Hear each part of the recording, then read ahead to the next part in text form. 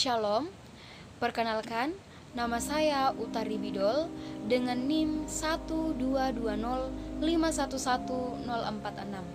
Kelas B Ekumenika, Program Studi Teologi Universitas Kristen Indonesia Toraja. Ini adalah gambaran singkat mengenai metamorfosis ekumene awal yang terdiri dari rumah yang didiami, gereja universal, am dan katolik, gereja dan negara, dan skisma gereja.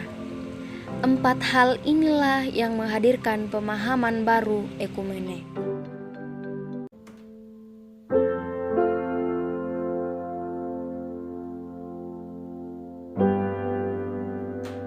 Yang pertama, rumah yang didiami.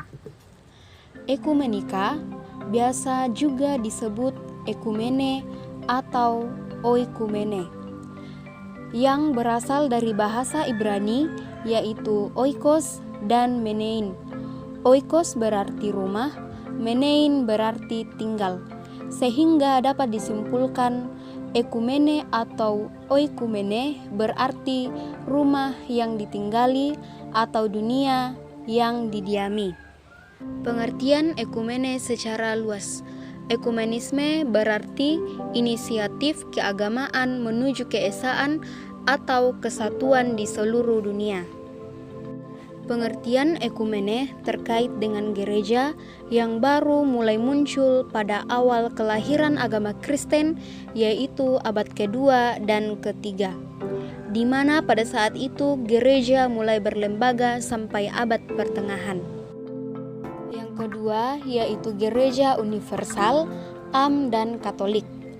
Menurut De Jong, ekumene yaitu tempat di mana gereja menjalankan misinya.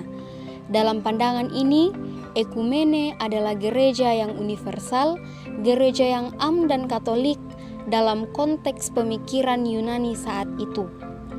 Pemahaman am yaitu gerakan menuju persatuan atau kesatuan denominasi Kristen yang terpecah-pecah karena doktrin, sejarah, dan praktik. Yang ketiga yaitu gereja dan negara. Menurut Martin Luther, urusan gereja itu dipisahkan dengan urusan negara, sedangkan Johannes Calvin terus mencoba mengkomunikasikan hubungan antara gereja dan negara. Mengapa demikian? Karena pada masa itu gereja dan negara saling bertindihan. Yang keempat yaitu skisma gereja. Skisma yaitu memecah atau memisahkan. Skisma berarti perpecahan yang biasa terjadi dalam sebuah organisasi atau gerakan. Dalam hal ini, terjadi perpecahan atau retaknya persekutuan dua kubu Kristen yang kini disebut Gereja Katolik dan Gereja Ortodoks Timur. Gereja terpecah dalam hal doktrin, teologi, linguistik, politik, serta geografis.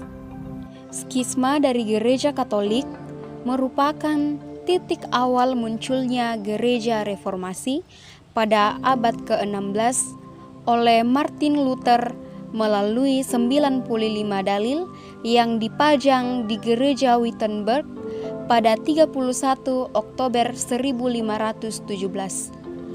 Kemudian dilanjutkan oleh tokoh reformasi seperti Johannes Calvin yang juga menginginkan adanya reformasi dalam gereja.